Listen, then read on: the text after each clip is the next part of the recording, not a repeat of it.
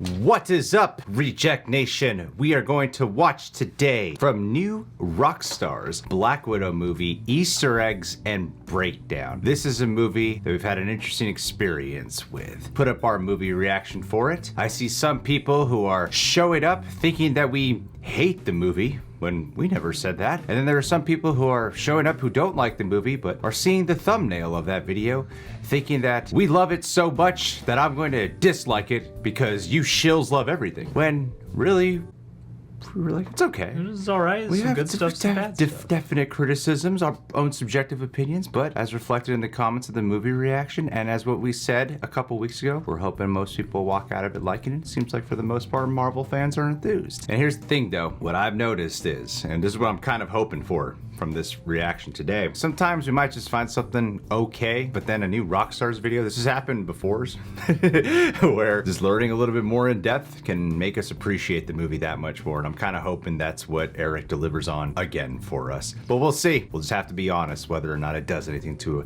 enhance our appreciation. Let's see what's in store.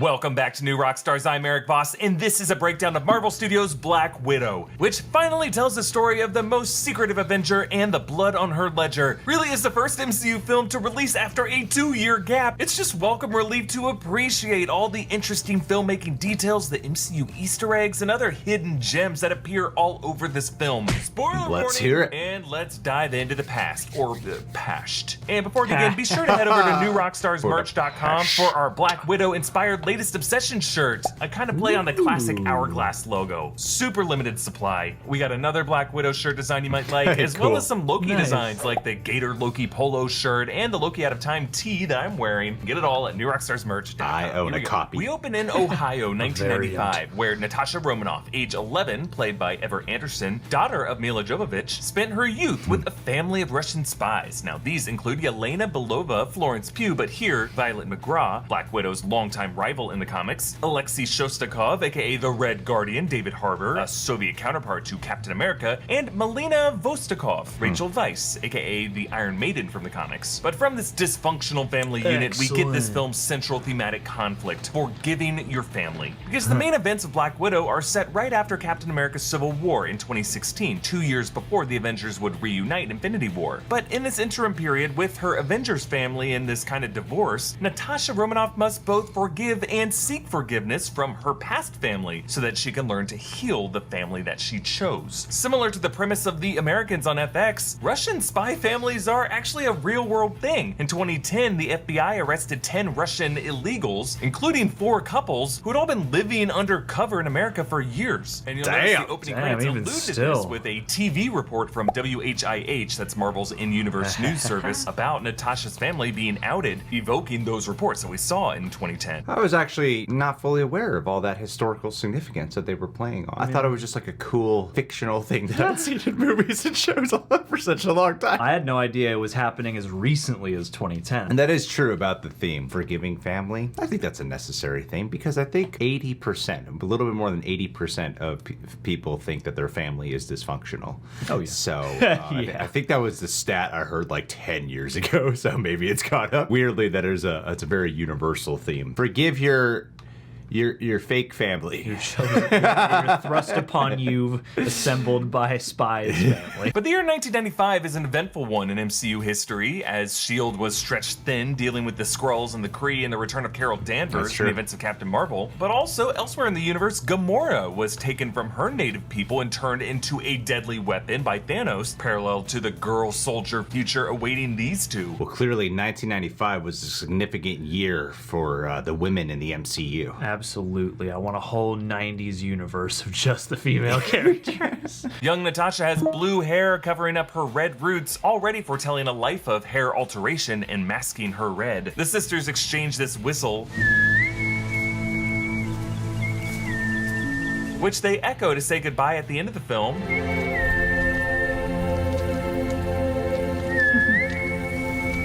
In the opening lines of this film, also I did not pick up on that. Oh yeah. Down. And I bet you're gonna fall down first. And later when Natasha finds Yelena on the ground, Yelena says, We're both upside down. Hey. All right. Okay. All right.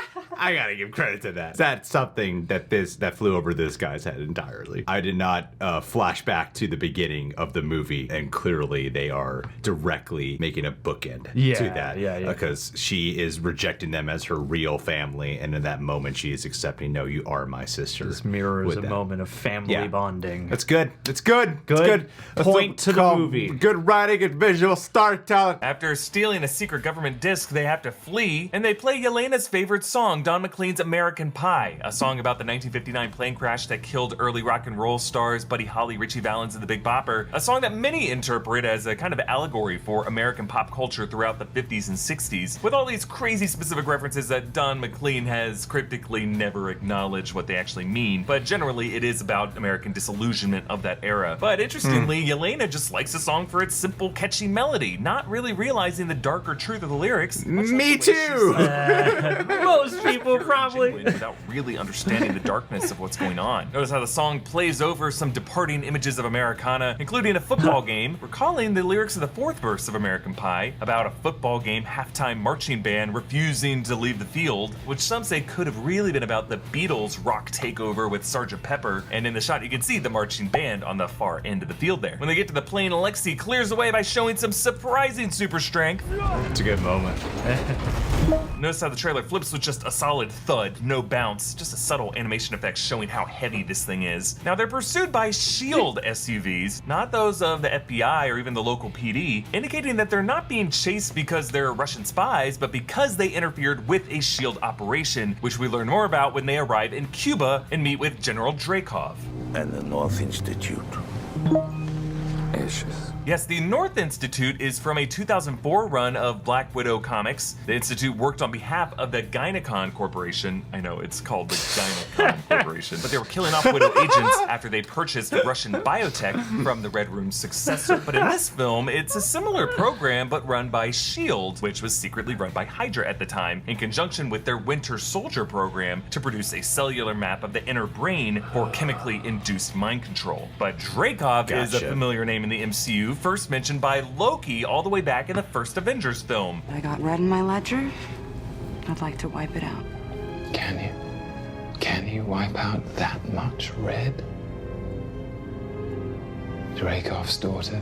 And yes, we will meet Dreykov's daughter very soon. But these opening titles are scored by Nirvana's Smells Like Teen Spirit, but covered by Think Up Anger featuring Malia J. Now this song was written by Kurt Cobain as an anarchic anthem for disaffected Gen Xers, but now through this female voice, it's used to convey these girls being converted into mindless assets for the interests of the powerful. You know, it's funny, like that cover, I've seen some people really love the use of that cover, and I've seen some people really not like it at all. But the justification that he is giving here, saying that what the director is intending to convey, at least I don't know if that's like a quote or if that's just something Eric's interpreting. If that is the intention, because I like the montage a lot, and I didn't know how I really felt about the choice of song. Because I have such a gargantuan song. And I have such an association with like growing up listening to it all the time, and then like the original meaning of it, to hear it kind of flip with just a simple change of having it be a female vocalist and then the imagery of what it's overlapping. I can see how that could be the case, which would make me like that more. Well, yeah, and I could also see how Natasha, at the age we first meet her during the 90s, like, might have been listening to Smells Like Teen Spirit. You know, she's got, like, the punked out hair and stuff like that, too. Like, I feel like you could draw multiple connecting lines that aren't that far-fetched to actually having significance of the song. Notice how Natasha breaks away to give Yelena something folded. This was the photo booth strip that she took from the car, which Yelena later uses in the movie to mark her message for Natasha. The montage shows a close-up of Dreykov's ring, which later is the key that Natasha uses to unlock and download all the Red Room data. The montage shows footage of them staging home videos of Christmas and other holidays, as Natasha reveals later that all the photos in their albums were shot on a single day with different backdrops to make them look like a convincingly American family. We see a close-up of a red hair bow rotating to become the hourglass shape of the Black Widow logo, now on a human target, similar to the ones Natasha remembered shooting at in her Red Room flashbacks in Age of Ultron, but were actually people. We see imagery of the North Institute file and pigs, a clue for how Melina will use the North Institute data to test mind control on pigs first, but then later on humans that are being used as metaphorical pigs for the slaughter. And then all these crazy photos of Dreykov, photoshopped into photos with various world leaders, including Jimmy Carter, Bill Clinton, Boris Yeltsin, Condoleezza Rice, and Vladimir Putin. Yeah, so much for this guy staying in the shadows. And we catch up with Natasha Romanoff 21 years later in 2016, right after Civil War, when she was on the run. William Hurt returns as Thaddeus Ross and says, Natasha Romanoff is in violation of the Sokovia Accords. She assaulted the king of Wakanda. Make an example out of her.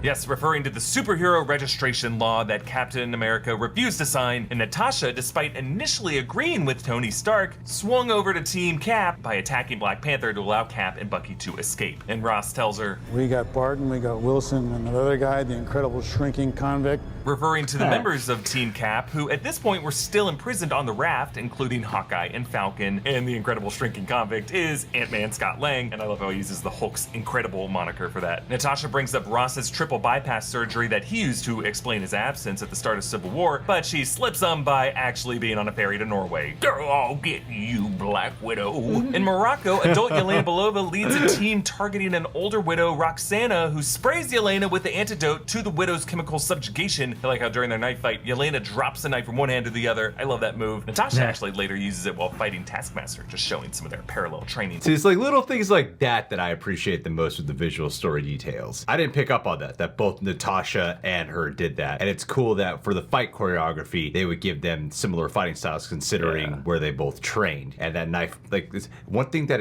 I really feel like with the MCU when it comes to their hand-to-hand is the use of knives. Bucky, now in this movie, the daggers with Loki, like their use of knives seems to be the best thing they have going with signature hand-to-hand combat moves. Yeah, absolutely, because you could do cool, memorable stuff like that. We first meet Taskmaster as they watch footage from the Civil War airport battle of Hawkeye fighting Black Panther. That was actually updated from the trailer version of the shot that showed Taskmaster watching footage of Natasha and Iron Man 2. So in the comics, Taskmaster is Tony Masters, a mercenary and assassin with photographic reflexes that mirror the combat style of any combatant. But this film changes the character to, as we learn in the third act of the film, Antonia, Dreykov's daughter, with all of her mirrored fighting not being an innate physical skill, but instead based on some fighting analysis algorithm in her heads-up display in her helmet and the chip that's in the back of her head. So she's a bit more Terminator-y now. But I'll say this is similar to the upgrade in Iron Man's Mark 46 armor that he used to also predict Cap's fighting combat style in Civil War. In a safe house, Natasha meets her contact, Rick Mason, Otifek Benley. Passports, a couple of local driver's licenses. Fanny Longbottom. Yeah, later on in the post-credit scene, Yelena names her dog Fanny. And then this exchange. I didn't pick up on that either. Yeah. Longbottom lives. No, it's Budapest. Budapest. Budapest. Budapest. Yes, Natasha is using the Hungarian pronunciation, calling back her exchange with Hawkeye in Avengers. Just like Budapest all over again. You and I remember Budapest very differently. Hawkeye wasn't involved in Budapest story here, right? No, not here. I'm not missing anything. Am I? I thought with like the key flashback, it would be something with both her and Hawkeye. The Budapest memory is the story of when she killed Dreykov, or she thought she killed Dreykov and Dreykov's daughter. Yeah. Because she's a crappy assassin and couldn't take down a kid and an overweight man. Those are usually your practice targets. Damn. Nah, it's just a joke, guys.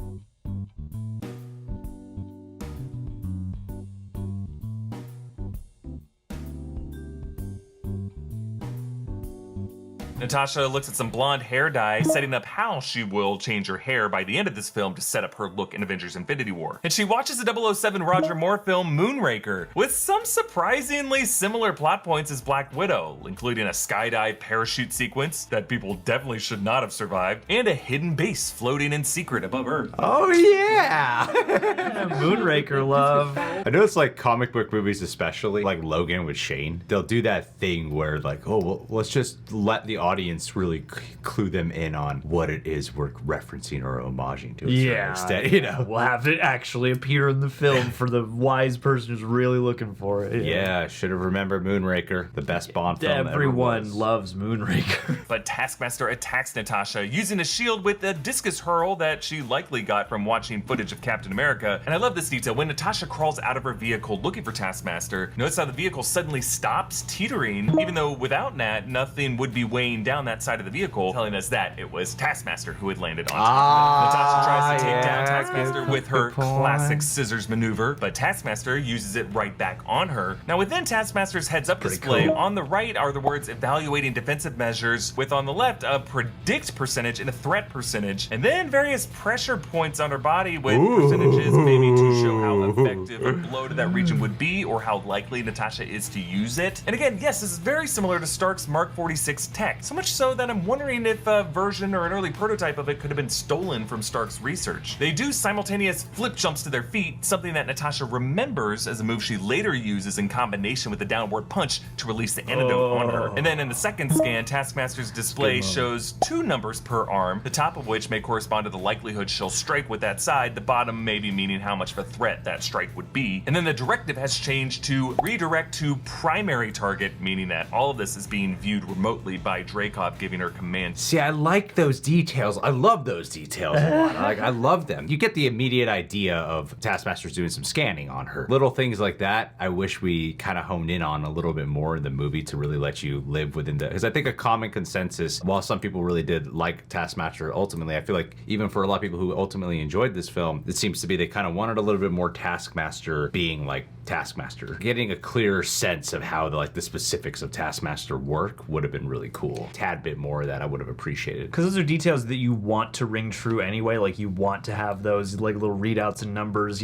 be able to correlate maybe in a video like this to something real. And so I feel like, yeah, as long as they took the time to theorize how all this could work, yeah, it could have definitely bolstered the character to at least have had that be apparent in the film, because in this format, it's these little details that you'll blink and miss. Yeah, but knowing it makes it more suspenseful, I think. Absolutely. And that's why I wish we could really relish a little bit more. Had some kind of clue, a deliberate clue. Natasha lassos Taskmaster to the overhead beam, but Taskmaster slashes it and swings into this acrobatic flip, maybe a move that she got from watching videos of Spider-Man that we know are on YouTube at this point, and knocks Natasha off the ledge, but with her, the vials. So Natasha takes these to Budapest, where she spars with Yelena, and then after the fight she asks, What bullet does that?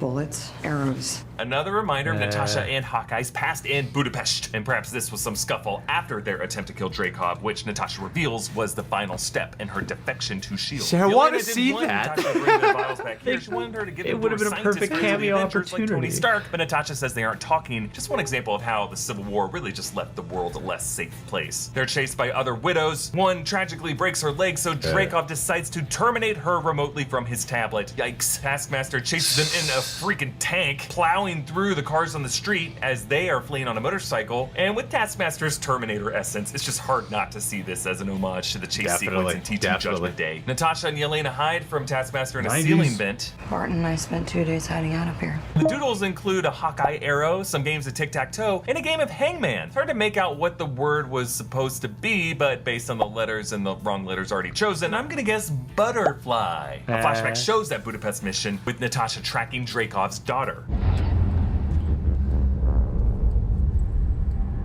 Yeah, that sound effect of Antonia stepping out of the car is a modulated version of the sound Taskmaster made earlier when she hopped out of the car to confront Natasha on the bridge.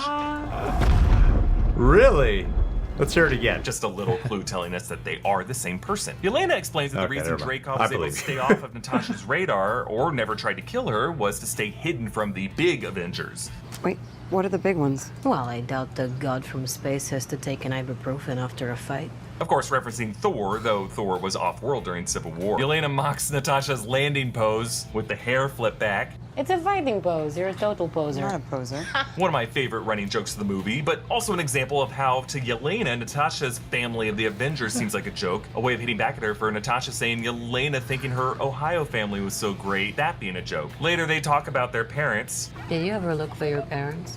The real ones? Well, my mom abandoned me in the street like garbage. In Endgame, Natasha would be shaken to hear Red Skull call her daughter of Ivan, meaning she has some father out there named Ivan, but But back in Infinity War, he also called Gamora daughter of Thanos when he was not her biological father, just a very hands-on paternal figure. So really this leaves this Ivan guy a MCU mystery. It's canon. Red Skull's a freaking idiot. Dude, Red Skull, do your homework, bro. What are you homework, doing Red on Vormir all day? You got nothing else better to do. Yeah, just know people's fathers. Remember the parents of people who might show up one day. You got a few things to say to people, and one of them is their dad. It's not that hard.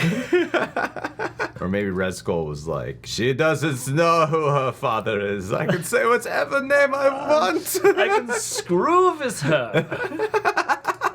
Hawkeye was involved in that mission. Yelena says she invented histories for them all. My sister moved out west. Is that right? You're a science teacher. Your husband, he renovates houses? I like to think of this hypothetical life as Natasha marrying Bruce Banner, who does, in a way, renovate houses. Yelena mentions wanting a dog, which she does get in the post-credit scene. On the drive, Yelena says, "See my vest." It has a lot of pockets, but I use them all the time. I've never had control over my own life before, and now I do. So when she gives this vest to Natasha and Nat shows up wearing this same vest in Infinity War, it's not just about the pockets, folks. It is a symbol of she and her sister having more control over their lives. And we catch up with Alexei in prison. There he is, Captain. Red Guardian's time. I grab hold of his shield. A test of strength. Yeah, the other prisoner is right to point out, if this was 1983 or 84, Steve Rogers was still frozen in ice. And assuming Alexei had been in prison for longer than 5 years, it's impossible for the two to have ever met. Or Cap to have any idea who he is. And Alexei goes on with his story. Anyway, this shield, that he carries with him like a precious baby blanket, I use it to my advantage. I take it, I push him out the window. But if you think about it, Alexei does get a kind of victory moment this way in the final sequence, using the shield to his advantage to smash a soldier through the window of the jet. 3C Films, Chris from 3C Films, he brought up a great point. Later on, when Alexei is reunited with Nat and Yelena, he's saying, like, did Captain America ever talk about me and talk about our time? Like, he's asking it, like, sincerely. Yeah. Like, either this guy's crazy and really believes he fought Captain America, or he fought like an Isaiah Bradley, or like somebody else who was Winter Soldier posing as Cap at one point. But I'm like, why would he do that? Maybe it's a multiverse thing. Maybe we can chalk everything up to that's what we can do now. It got pruned from this timeline, but somehow Alexei remembers. Or maybe it was the Cap that went back to Endgame, and then they fought. And then they fought. I think Chris decades later. Chris already pointed that. His prison tattoos are awesome, including a Russian Imperial Eagle on his chest and Carl and marks across his knuckles. Natasha and Yelena sent him a Red Guardian action figure.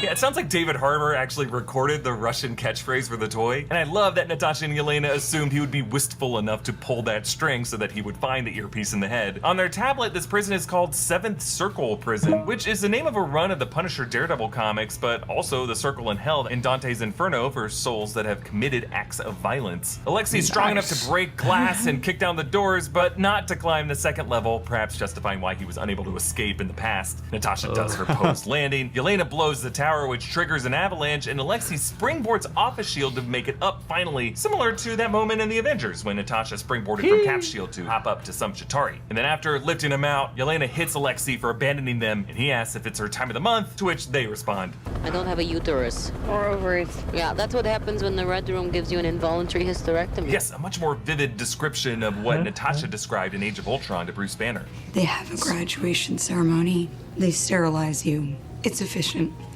One less thing to worry about. Yeah, I've heard that scene kind of debated about in terms of handling it. There are some people who actually, people I've had private conversations with who you might have seen on this platform of YouTube before really don't like that scene and think that it undercuts the weight, like how Nat had that whole speech in Age of Ultron, and also it's just a real life thing. To me, that's actually a moment where I'm like, yeah, it's awkward. However, it's coming from Yelena, and Yelena does a lot of sarcastic suppression. So with her delivery and the choice of how she chooses to say it and when to say it, intentionally to kind of unsettle Alexei, it made sense to me. Like, I wasn't there going, oh, bad choice, Marvel, why are you trying to make this funny? You know? Well, to me it read like, oh, you're grossed out by this? Like, this is just our lives. This is what you put us through. This is, you know, like, treated like it's normal. And so, like, yeah, I would never try to argue anybody out of if they don't like the way the moment was handled, but I do feel like coming from the character, I could see how it rings true in that sense. That's what I mean. Like, strictly coming from Yelena's mouth is the reason why. Yeah, absolutely. And they're also in the middle of a mission. You know, you can't get as sort of like worked up as you can in an intimate scene with. That's fair.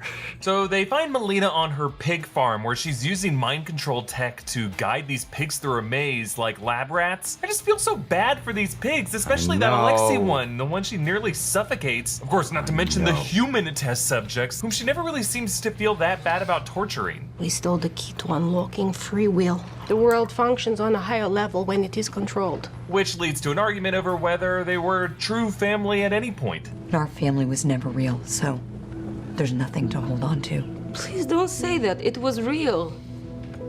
It was real to me. You are my mother. You were my real mother. But afterwards, Melina and Natasha end up coming together over Natasha learning that her biological mother continued to look for her and then was killed off by Dreykov. I just feel like Melina's switch comes a bit too quickly, as if she might have had another agenda here. Like, she could have revealed this to Natasha in order to gain her trust, but really to further incentivize Natasha to kill Dreykov in order to remove him from the Widow program and allow Melina to step in and take over the operation. Like, I just have a lot of questions about her plan. The way she has only one earpiece set, which is kind of a weird detail, almost like Melina wanted all the communication of this plan to go through her, and this plan was to offer to help land the Red Room right into Ross's lap, even though that could end up with her behind bars. And she does this by sneaking into the engine control room of a base that she designed and therefore would know that Dreykov would be watching her, so that she would have to oopsie daisy do svidanya the engine to crash the whole thing that would conveniently destroy all evidence of her role in this chemically subjugating women program. I am just saying, things lucked out pretty great for the Iron Maiden. Let's keep an eye on that one. Oh, interesting. That's a rich nugget right there. So sometimes Mr. Voss is theorizing out of a little, but he had a lot to back up that theory that there's really more than meets the eye here when it comes to Iron Maiden. And I'm thinking back to the experience watching the movie now and like the pivot at which she decides to like fully help out and become a member of the team. And I'm like, it did feel a little bit sort of funky right after she just tortured that pig and didn't seem to care. Yeah, You know, like I could see it being some kind of greater long game. I mean, she, out of anyone, seems to be like, at least the way she was coming across, seemed to have been the most cold toward the whole idea of family. It's a mission. I'm a scientist. I'm an agent. I'm just doing what I had to. She seemed like the most collected about it. Or it was just, you know, the movie moved the way it was because it needed to in order to get the plot going. Yeah, that could be it too. Maybe it is that. But back while they're talking, Yelena snaps at Alexei. The only thing you care about are your stupid glory days is the Crimson Dynamo, and no one wants to hear about it. It's the Red Guardian. Crimson Dynamo was another Russian Marvel villain for whom in Iron Man 2 they took the name Anton Vanko, Ivan Vanko's father, and Ivan's fake ID bore the name Boris Turgenev, who was the second Crimson Dynamo in the comics. Dreykov's forces arrive and Yelena finds Natasha, or who she thinks is Natasha, but in that closet the masks are no longer hanging and the red and brunette wigs are taken away. Just a clue that Natasha and Melina must have swapped. And they go to the Red Room, a floating base hidden in the clouds. Good. Now you'll know how Dreykov stayed above the radar all these years. Kind of a weird thing to say, but remember, Natasha is a big fan of 007, a genre where the villains tend to declare their plans aloud, and so by doing this, Natasha gives Alexei details that he otherwise might not have had, which might be why Taskmaster immediately re-sedates him. So Natasha, disguised as Melina, meets with Dreykov, who gets right up in her face right away. It's a pain in my ass. Yeah, notice he inhales through his nose briefly, and then shortly after he cuts her off and forces her to sit while gripping her head. Yeah, he may have caught from this moment or even from her scent that this is not the real Melina, and then just plays along. And then as Dreykov boxes her in, saying Natasha is a traitor, the light from outside dims on his face, and then the jig is up. When you look into the eyes of a child you have raised, No mask in the world can hide that. Yeah, spy shit. Natasha previously used a similar mask in Captain America the Winter Soldier, and more recently, Sharon Carter used one of these in The Falcon and the Winter Soldier. In Dreykov's office hangs a portrait of Rasputin. This was the mystic healer and advisor to the final Russian royal family of Tsar Nicholas II, reflecting how Dreykov might see himself as the man with the magic touch, running the empire from the shadows, but really an empire that is about to topple due to a violent revolution. I just want to say I thought Ray Winstone was very effective.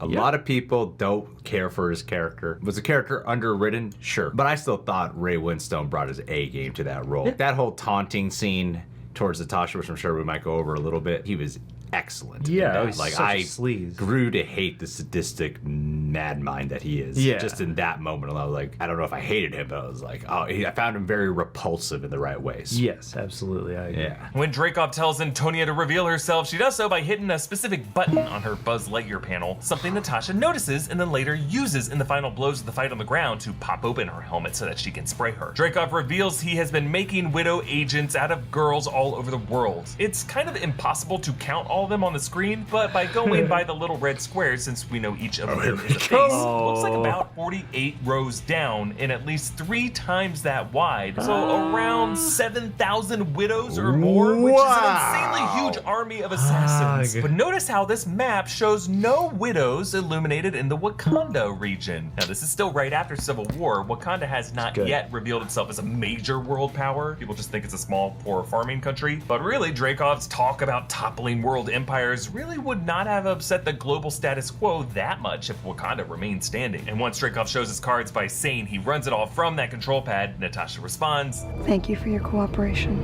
a callback to Avengers when she tricked Loki into revealing his plan. Thank you for your cooperation.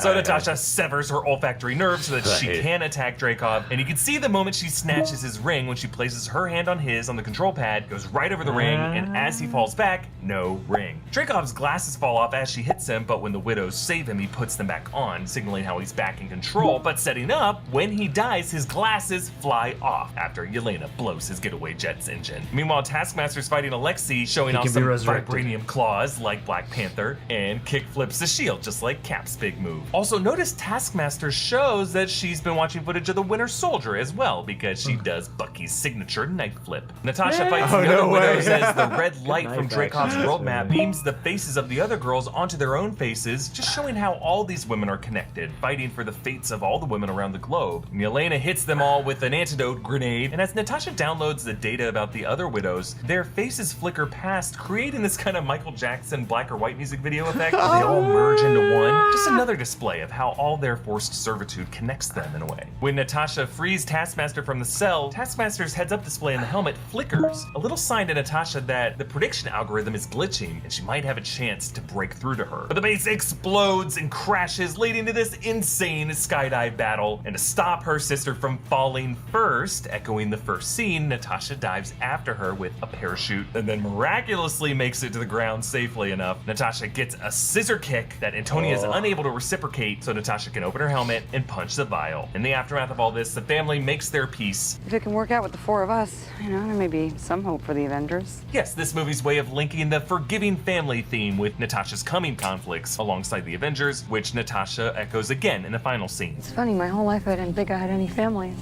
Turns out I got 2.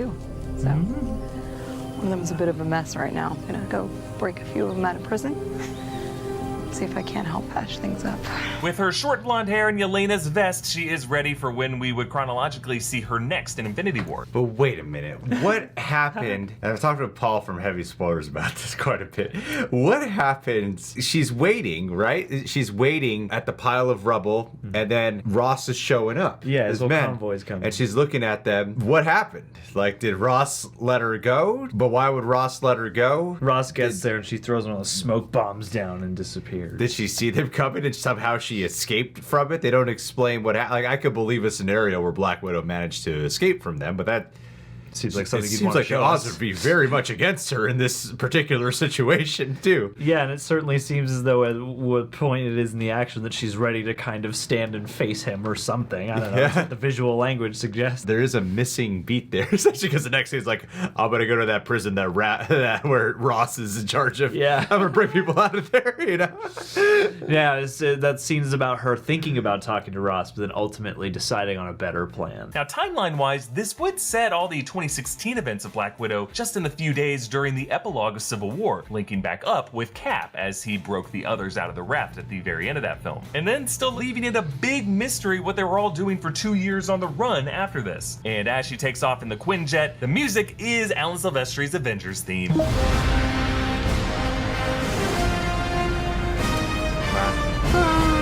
Leaving us with the shot of the fireflies in the trees, just like in the opening scene, but now visually linking with the glows on the world map, Bioluminescence. each glow representing one of the forgotten lives that these sisters have now put on a path to liberation. Now, I broke down the post-credit scene in a whole other video, go check that out, but that is everything I noticed in Black Widow. More videos will be coming out on this channel about this movie soon, so be sure to subscribe to New Rockstars, follow me at EA Voss, follow New Rockstars. Thanks for watching those Vidania douchebags.